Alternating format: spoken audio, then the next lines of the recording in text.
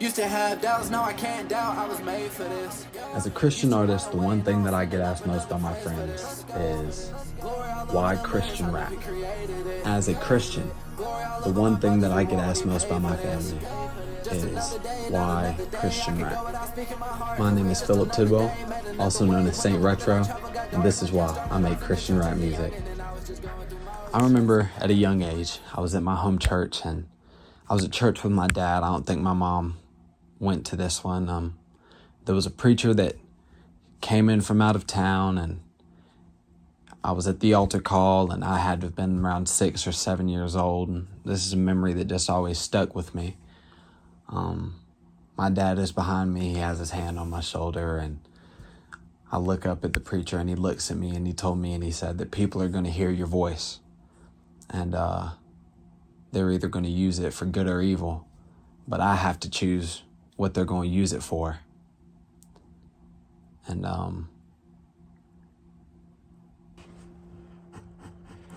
I've probably been making music for around 6 years or so now. And I know I get clowned on it whenever I throw out that number. It's like, oh my gosh, 6 years. You need to pick up a new hobby. 6 years, da-da-da-da-da. Like folks like, yeah, if I didn't make it in 6 years, you know, that just lets me know that I'm doing something right. If other people would quit in 6 years and I still got the drive to do it 6 years later, then, you know, I feel pretty confident that I'm called to do something like this.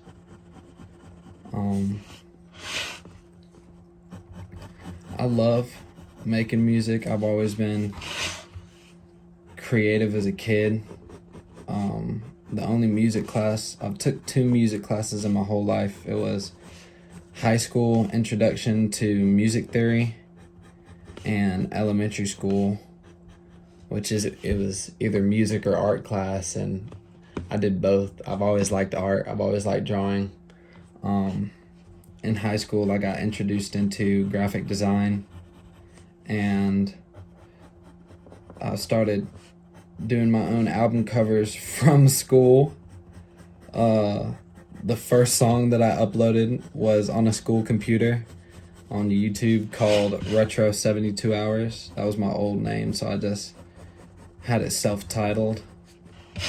You know, and I got clowned a lot for my old music, but the same people that clowned me then are asking for features now, and you know, I think God has me working, you know?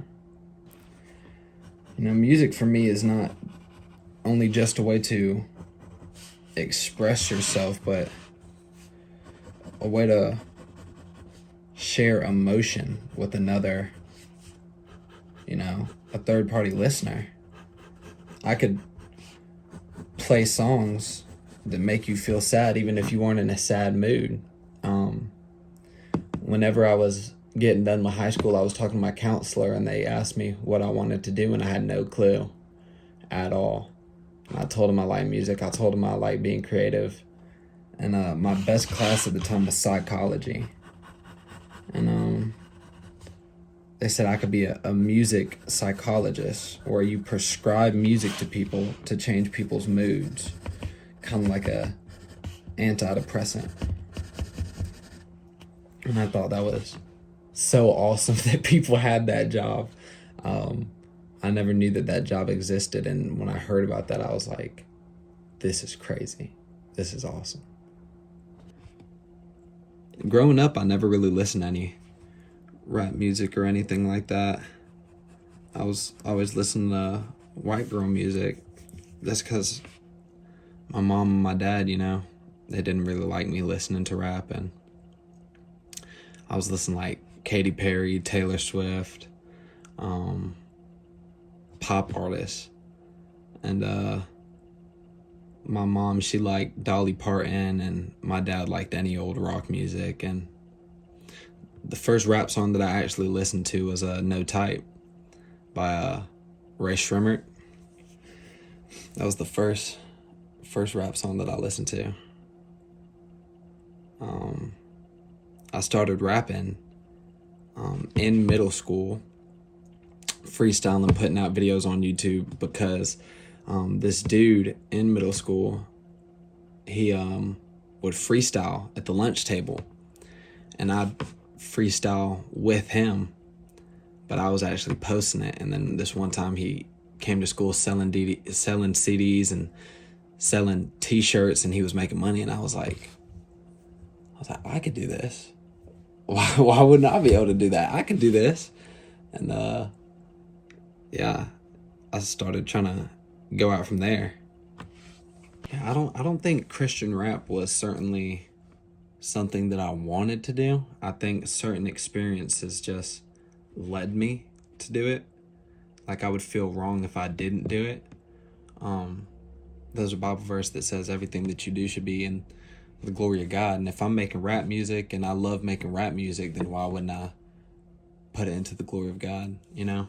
My mom, she's always been a big spiritual leader for me, so I kind of grew up on the word, but towards high school, I fell out, became agnostic atheist, and fell away from that based off of my friends' beliefs and what they had to say about my religion. And they had me convinced that I'm only this religion because my parents were brought up this way and all of this stuff, and I truly believed it. And me, Germ, and Andrew, the manager, you know, we'd ran together when we've had these experiences, just crazy experiences that can't be taken away from any of us, I would like to believe. I call them undeniable, you know, undeniable testimonies. It's like, no matter what you do, you can't remove this thought from my brain. Like, I know my God is real. I know he put me in this place for a reason, and he continues to work, and he continues to do it, you know? Christian rap is just one of the gifts that God's blessed me with. I wanna be able to shoot films. I want to be able to write stories. I want to be able to convey emotions, and not just to a Christian audience. I don't think that Jesus wasn't called to be the greatest Christian, you know? He was called to save the sinners. I don't want to just be the best Christian rapper. That's selling God. Like, you're selling him short. I want to be the best rapper. I want to be the best filmmaker. I want to be the best whatever I could do while remaining Christian, you know, while still having the Christian values. And yeah.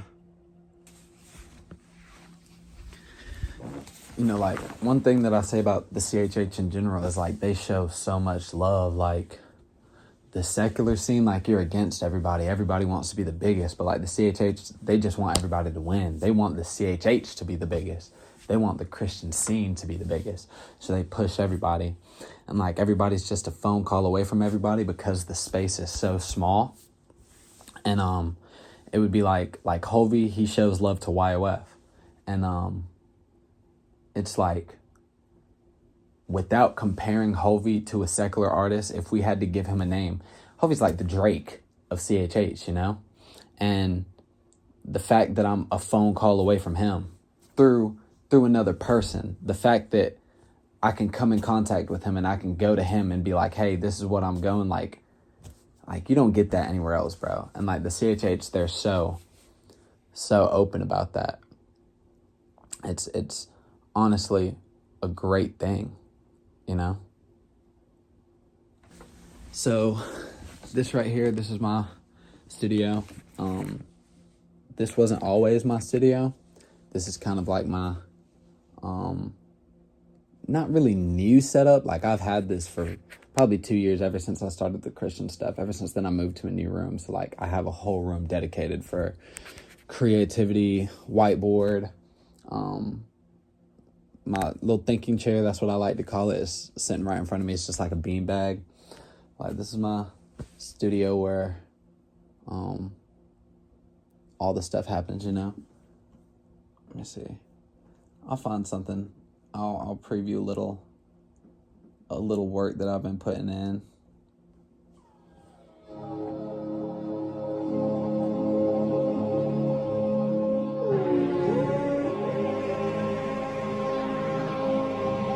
What are you doing, forehead?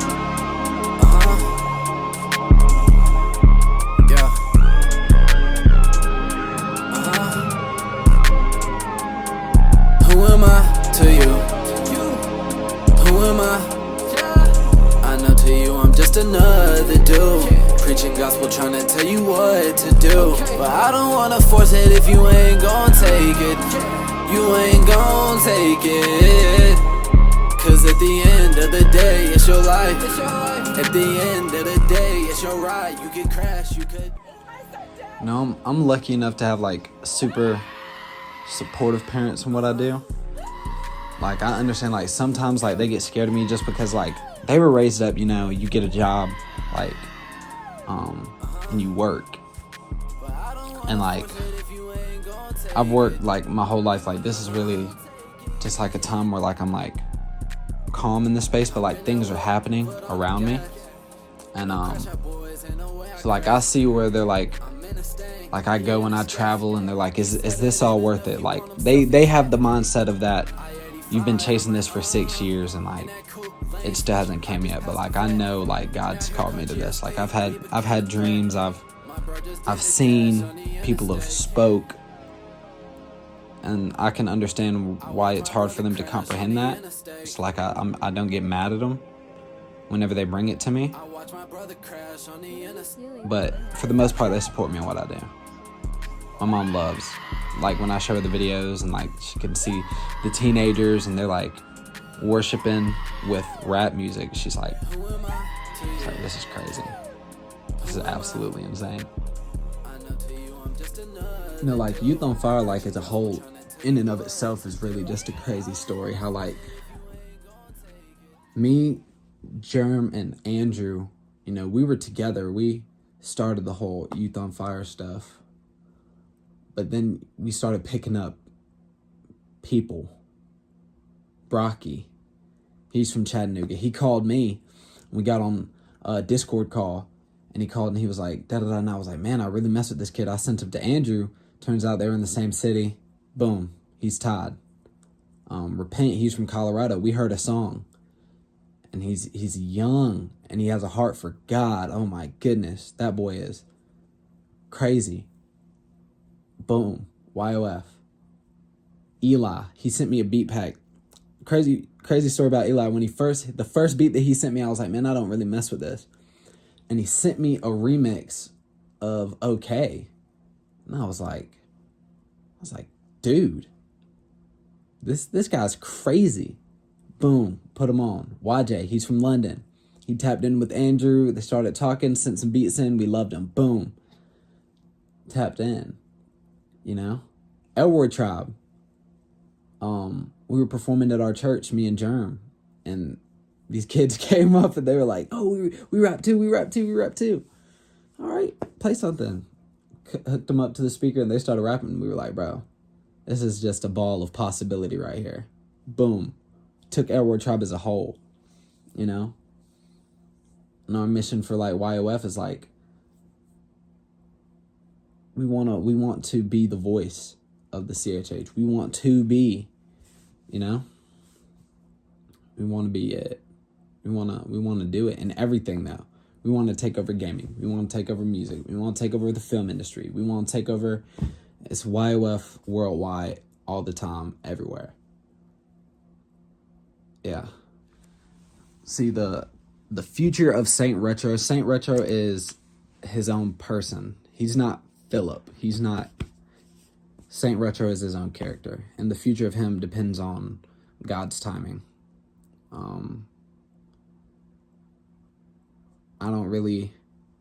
I have goals, and I know God's going to get me there, but as what Saint Retro looks like as a brand, it's all God's time. But it's going to be crazy. It's going to look different. I've had dreams recently, and I see it. Oh my gosh, I see it. And now, like, with Hovey and Caleb Gordon and No Big Deal and everybody like that opening up Rolling Loud, like, my dreams make more sense to me, because at first it seems so unobtainable for a Christian artist to do stuff like that. But then you have people like Forrest Frank having to upgrade to arenas because his concerts are selling out. And, like, it's so much more obtainable. And I love it. And it just lets me know that I'm one step closer with my foot in the door to being able to do stuff like this. But as far as what that looks like completely, I have no clue. But God's going to make a way. he's gonna prevail. He's gonna do it. He's gonna do it.